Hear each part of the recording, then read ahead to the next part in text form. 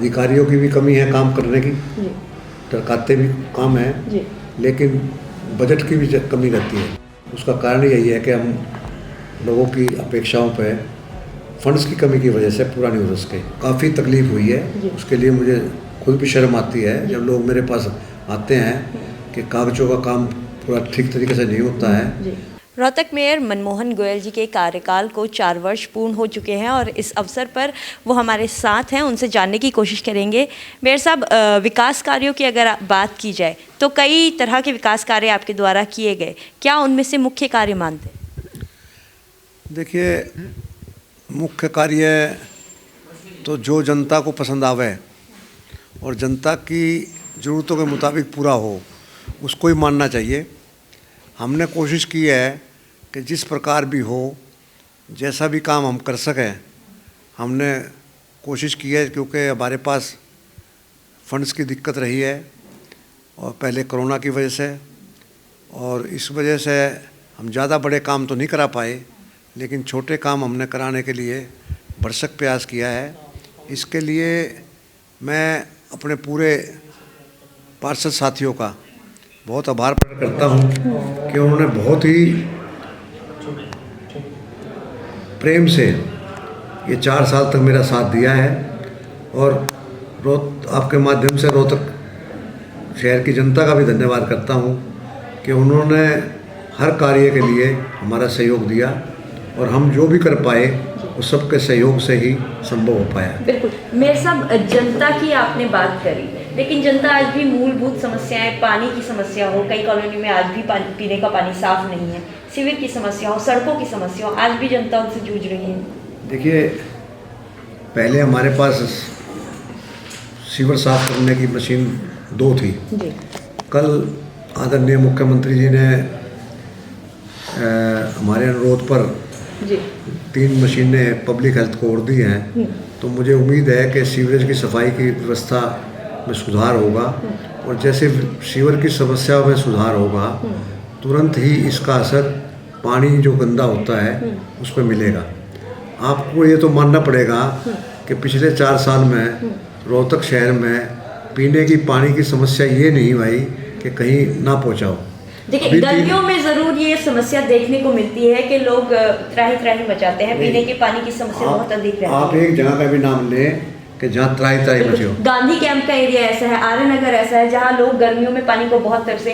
दूसरी बात की जाए, माता दरवाजा है, ये जगह है, गुहाना अड्डा है, यहाँ पर लोगों को बहुत समस्या गर्मियों में पानी की हुई है। एक ही टाइम पानी आता था। बिल्कुल नहीं, सुनो, जब नहर बंद होती है वो भी किस लिए, क्योंकि जैसे अब 3 तारीख को, अब की बार है, 3 तारीख को बंद हुई, पहले 16 को आनी थी, फिर 19 को, अब उन्होंने 22 करी है, तो ये अभी भी हमारे पास लगभग तीनों टैंकों में सोनीपत रोड पे भी 18 फुट पानी खड़ा है, वहाँ पर भी 12 फुट पानी है। गर्मियों की अगर नहीं तो सर जी अभी की बात कर रहा हूँ ना, और गर्मियों में भी यही है, क्योंकि जब से रेगुलेटर लगवाया है मुख्यमंत्री जी ने, हमारे पास नहर में भी काफ़ी पानी हमें मिलता है। हमारे पास दिक्कत यह होती है, अगर 14 दिन का कट हो ना तो हम एक बार भी कट ना करें, लेकिन नहर वाले उसको बढ़ाते जाते हैं, इसलिए हम एक टाइम कर कर अपनी सेफ्टी करते हैं कि टाइम बढ़ गया तो कभी पानी ना ख़त्म हो जाए। आज भी अगर हमारे कोई सोल्टी हो जाए कि 22 को है तो हम दोनों टाइम कल सवेरे से शुरू करवा देंगे पब्लिक हेल्थ वालों से। तो थोड़ी दिक्कत होती है, लेकिन ये मैं आपको पूरे एश्योरेंस से कहता हूँ कि त्राही त्राही जो बात करते हो ना आप, त्राही त्राही की वाली कहीं बात नहीं है। पानी पीने का किसी तरह भी हो, जब से हमने ये पौंड साफ कराए हैं, तीनों वाटर वर्क्स के पौंड साफ हुए हैं, तब से हमारी स्टोरेज कैपेसिटी बढ़ी है, उसका लाभ लोगों को मिला है। चलिए, एक तरफ पीने के पानी की बात है, दूसरी तरफ अगर बात की जाए मानसून सीजन की, तो उस समय नगर निगम की सारी व्यवस्थाएं ठप नजर आती हैं। शहर में एक बारिश होते ही जल भराव की स्थिति पैदा हो जाती है, उस पर भी काफ़ी खर्चा किया गया, लेकिन स्थिति जस की तस है। क्या मानते हैं कि अधिकारी काम नहीं करते हैं, या फिर क्या आप अपनी तरफ से प्रयत्न कर रहे हैं लेकिन अधिकारी काम नहीं करते? नहीं, देखिए, अब की बार एक टाइम में आपके पास रिकॉर्ड भी होगा, आपको पता भी चला होगा कि एक दिन में जितनी बारिश हुई, शायद पिछले 15-20 सालों में कभी इतनी बारिश नहीं हुई। लेकिन साधन थे तो एक दिन के अंदर अंदर जिस रोज़ बारिश हुई उससे अगले दिन सवेरे लोगों को आने जाने में, लोगों की दुकानें खोलने में किसी प्रकार की तकलीफ नहीं हुई। एक दिन में तकलीफ हुई है, उसको मैं मानता हूँ। और मैं ये मानता हूँ कि शहर का भौगोलिक दृष्टि से ऐसा है कि पानी हमारा सब ऊपर से पानी सब इकट्ठा होता है और इसलिए लोगों को परेशानी हो जाती है, उठाने में हमें टाइम लगता है। तो काफ़ी सुधार हुआ है। और भी जैसे भी गुरु नानकपुरे में तराई का हुआ तो मुख्यमंत्री जी ने 45 करोड़ रुपए सेंक्शन करे और उसका हमने टेंडर भी लगा दिया है। और वो बारिश से पहले ग्रेविटी से पानी पीर बाउदी तक जाता था। अब ये मोटराइज होकर जैसे बारिश होगी मोटर चलाते ही पानी बरसता जाएगा और वो जाता जाएगा। पहले वो ग्रेविटी से नाले से जाता था। जी अच्छा, मेयर साहब अगर बात की जाए हाउस मीटिंग्स की, तो हाउस मीटिंग में क्या पार्षदों की समस्याओं का समाधान नहीं हो पाता है? वो जो बैठकें होती हैं निश्चिंत चौटाला जी की, वहाँ पहुँचते हैं, वहाँ पर भी कहा जाता है कि हाउस मीटिंग में अपनी बैठक जो समस्याएं हैं वो रखें। पार्षद काफ़ी खफा दिखते हैं हाउस मीटिंग में। नहीं, देखिए पार्षदों की जहाँ तक बात है ना, वो सारी बातें मैंने आपसे शुरू में कहा कि हम फंड्स की कमी की वजह से नहीं कर पाए। पार्षदों के जो जितने प्रस्ताव हैं वो पूरे हों तो खफा ना हो। प्रस्ताव पूरे होंगे उसके लिए फंड्स की अतिरिक्त जरूरत पड़ती है, लेकिन हमारी कॉरपोरेशन की इतनी कैपेसिटी नहीं है कि हम उनके प्रस्तावों को पूरी तरह से पूरा कर पाए। अब साल भर में 8-10 करोड़ रुपया इतने बड़े शहर में डेवलपमेंट में लगे हैं, उससे मरम्मती होती है, नई काम तो करा नहीं पाते हम। और वो जो कि होने चाहिए, डेवलपमेंट इतना बड़ा शहर है, डेवलपमेंट होती रहनी चाहिए, तो उसके लिए हमारे पास फंड्स की कमी रहती है और इसीलिए हमारे को पार्षदों को इसके लिए दिक्कत होती है। लास्ट जो मीटिंग आप लोगों की हाउस की बैठक हुई थी उसमें कहा गया था कि 7 दिन के भीतर पार्षद अपने प्रस्ताव हमारे पास लाए और उन्हें 25-25 लाख हर 6 महीने में दिए जाएंगे। क्या उस पर कोई बातचीत आगे हुई है? नहीं, वो आपकी उसके लिए बता दूं मैं कि जब वो मीटिंग हुई उससे पहले 20-20 लाख रुपए हर पार्षद को जहाँ भी उसने अपने वार्ड में लगवाए वो सबके लग चुके हैं, 25 के 25 हो गए। और उसके बाद 1-1 लाख रुपया फिर मरम्मत के लिए वार्डों में लगे हैं और अब 25-25 लाख रुपए के एस्टीमेट बनने लग रहे हैं, जो कि मार्च तक उम्मीद है कि सारे वार्डों में लग जाएंगे और फिर नए साल में नई बात करेंगे। क्या रोहतक मेयर की अधिकारी सुनते हैं? क्योंकि कहीं ना कहीं खींचातानी हर बार देखने को सामने आती है, चाहे वो हाउस की बैठक हो या और भी कहीं। आप अपनी तरफ से बात रखते हैं, वादे करते हैं, लेकिन अधिकारी उसमें टालमोल कर देते हैं। देखिए, दोनों बातें हैं। अधिकारियों की भी कमी है काम करने की, टरकाते भी काम है, लेकिन बजट की भी कमी रहती है। तो दोनों बातों को मिलाकर समस्याएं बढ़ती जाती है। अब 4 साल में समस्या जो बढ़ी है उसका कारण यही है कि हम लोगों की अपेक्षाओं पे फंड्स की कमी की वजह से पूरा नहीं हो सके। हम ये कह सकते हैं कि हमारी सबकी सेवाओं में, हमारे सब नियत में आपको कहीं भी कमी दिखे तो उसका जवाबदेही हम कर सकते हैं। बिल्कुल, देखिए आप अपने पर्सनल स्तर पर भी करते हैं, आपकी नीयत में कोई कमी नहीं है, लेकिन अगर निगम की प्रॉपर्टीज़ की बात करें, भगत सिंह पार्किंग की बात करें, उसका अलॉटमेंट नहीं हुआ। साथ ही अगर बात की जाए जो कम्युनिटी सेंटर्स बनाए गए हैं उसमें लगातार निगम घाटे में है, तो कैसे मुनाफा होगा निगम को? देखिए, भगत सिंह पार्किंग की आपने बात की, वो पिछले 10-12 साल पहले बना था। जी बिल्कुल। और गवर्नमेंट के जो तरीके हैं उसके इतने बड़े सिस्टम रख दिया गया कि कभी 10 बार उसकी वो हो चुकी है ऑक्शन, कोई ऑक्शन देने के नहीं आता। बिल्डिंग की हालत भी जर्जर होती जा रही है। तो अब हमने रिक्वेस्ट की है, क्योंकि उसके रेट निश्चित करते हैं डिविजनल कमिश्नर साहब, उनको रिक्वेस्ट की है कि भाई आप खुद प्रैक्टिकली आके देखो, जाकर देखो और ऐसे रेट निश्चित करो जिस पर लोग वहाँ जाकर बच सकें, क्योंकि लोगों को तो रोजगार मिलेगा, हमारे को उससे फंड्स आएंगे और शहर की खूबसूरती आगे बढ़ेगी। बिल्कुल। तो उसके लिए डिविजनल कमिश्नर साहब ने हमें अश्योरेंस दिया है कि मैं इसको खुद चेक करूंगा, तो जैसे वो रेट निश्चित करेंगे हम तुरंत इसकी ऑक्शन कराएंगे। अच्छा, खूबसूरत बनाने के लिए शहर को अतिक्रमण मुक्त भी बनाना ज़रूरी है। अतिक्रमण हटाया जाता है लेकिन फिर से दुकानदार अतिक्रमण कर लेते हैं, क्या कोई राजनीतिक हस्तक्षेप है? नहीं, इसके लिए हमने एक स्कीम निकाली है, इसका असर आप अगले 15 दिन में देखेंगे।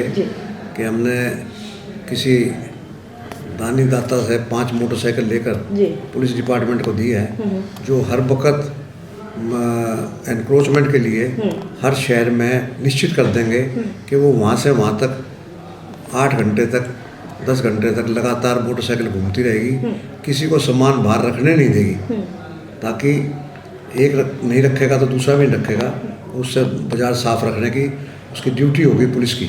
अच्छा, जो मुख्य बाजार है उनमें भी ये व्यवस्था होगी? मुख्य बाजार में ही तो ठीक है। मुख्य बाजार में ही होगी ठीक है। ये व्यवस्था, मुख्य बाज़ारों में ही होगी। अब मुझे ऐसा लगता है, क्योंकि मैंने विदेशों में देखा है कि वहाँ लोगों का यही होता है कि किसी प्रकार भी किसी का सामान बाहर रखने की किसी की आदत नहीं है, तो हमें जो हमारी आदत से आ जाता है उसमें थोड़ा सुधार करना पड़ेगा, हम उसमें सफल होने की उम्मीद है। अच्छा, फैमिली आईडी और प्रॉपर्टी सर्वे की अगर बात करें तो उस पर भी लोग लगातार धक्के खा रहे हैं, गलती किसी और की है लेकिन अब हर्जाना जो है आम व्यक्ति को भुगतना पड़ रहा है। ये मैं बिल्कुल मानता हूँ कि इसमें लोगों को काफ़ी तकलीफ हुई है, उसके लिए मुझे खुद भी शर्म आती है जब लोग मेरे पास आते हैं कि कागज़ों का काम पूरा ठीक तरीके से नहीं होता है, कभी किसी चीज़ का बहाना होता है, कभी किसी चीज़ का है, और उसके लिए काफ़ी स्टाफ भी दिया गया है, लेकिन फिर भी इस पर दिक्कत है लोगों को। हम कोशिश करेंगे इसको जल्दी ठीक करने की। मेरे साथ पुलिस बूथ की अगर बात करें तो पुलिस बूथ एक बार फिर से शहर से हटा दिए गए, पहले उन्हें बनाने पे खर्चा किया गया, अब नए अधिकारी आए, उन्होंने कहा छोटे होने चाहिए तो अब उन्हें छोटा किया जा रहा है। नहीं, वो ऐसा था कि किसी आदमी को कॉन्ट्रैक्ट दिया था जी, उसने बनाते वक्त जब बनाया तो कारपोरेशन ने उसको चेक नहीं किया, उसने काफ़ी बड़े बना दिए थे और कुछ फुटपाथ के ऊपर बना दिए। जी, तो कानून में ये था कि भाई फुटपाथ जो है वो कोई भी आदमी कवर नहीं कर सकता। बिल्कुल। तो उस बेस पर उससे रिक्वेस्ट की गई कि भाई तुम हटाओ, तो वो उसी के खर्चे से पड़े थे, उसको बेचारे को नुकसान हुआ है, लेकिन वो हटाने मजबूरी थी क्योंकि उसको फुटपाथ पे बनाए, एक उसने बड़े बना दिए जो कि गवर्नमेंट का जितना साइज है उससे ज़्यादा बड़ा बनाया, वो दिक्कत की बात है। अच्छा, मेयर साहब, बंदरों की अगर बात करें या आवारा पशुओं की बात करें, उनसे आम जनता बहुत अधिक परेशान है। देखिए, आवारा पशु वाली जो बात है उसकी तो मैं आपको एश्योरेंस देता हूँ कि हम बार बार उठाते रहते हैं, और आपको दिखता भी होगा कि क्योंकि ये गाँव से इधर उधर से घरों से छोड़ देते हैं लोग, तो हम, लेकिन जो आवारा फिरती रहते हैं उनको उठाकर गौशाला में छोड़ते हैं। तो बंदरों की जो बात है वो मैं कई बार टेंडर लगवाए, लेकिन हमें सफलता नहीं मिली है कि टेंडर ही कोई नहीं लेता है। तो बंदर जो है वो लोगों को काफ़ी तकलीफ दे रहे हैं, उसके लिए कमिश्नर साहब से कह के मैं कराता हूँ। मेयर साहब, रैन बसेरी की अगर बात करें, उसकी फाइल भी लगी हुई है, लगभग 65 लाख रुपए का बजट है, लेकिन फाइल अभी भी अटकी हुई है दूसरी सर्टिफिकेट की। आपको ये मैं बताऊं कि उसका 1 करोड़ 5 लाख रुपए का टेंडर भी लग गया है जी, और वो अगले 2 महीने में 3 महीने में बनने शुरू हो जाएगा। अच्छा मेयर साहब, एक अंतिम क्वेश्चन, आपका दरबार तो आम लोगों के लिए खुला रहता है, लेकिन जो अधिकारी हैं नगर निगम के, वो लोगों से मिलने से हिचकिचाते हैं, ऐसा क्यों, जबकि वो तो जनता की सेवा के लिए है? देखिए, हर आदमी का काम करने का तरीका होता है। हमारा तरीका ये है कि हम जितनी भी सेवा कर सकें उसके लिए हम कभी कमी ना छोड़ें, चाहे वो सुबह से लेकर रात तक की बात है। लेकिन अधिकारी को अपना काम करने का तरीका होना चाहिए, हम तो उनको कहते हैं, और उनको हमारे काम करने के तरीके के साथ अपनी आदतें ठीक करनी चाहिए, लेकिन वो काम करने की कमजोरी करते हैं। मेयर साहब, क्या मेयर के पास इतनी पावर नहीं है, क्या मेयर पद के पास इतनी पावर नहीं है कि अधिकारियों पर लगाम लगा सके? नहीं, ये हमारे पास तो हम जो भी बात है कमिश्नर साहब के थ्रू ही कर सकते हैं। किसी भी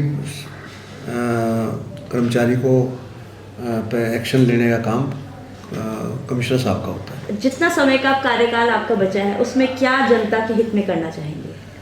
देखिए, मैं तो एक बात एश्योरेंस दिलाता हूँ और जनता भी साथ मेरे खड़ी है कि हम 1 साल में जो बचा है जितना भी हम अरेंज कर सके उसमें वही काम करेंगे जिससे जनता का लाभ। चलिए, ये थे हमारे साथ रोहतक मेयर, जिनका कहना है कि अगले 1 साल के कार्यकाल में वो जनता के हितों में और भी अन्य काम करेंगे। कैमरामैन हितेश के साथ दीपिका, गरिमा टाइम्स के लिए।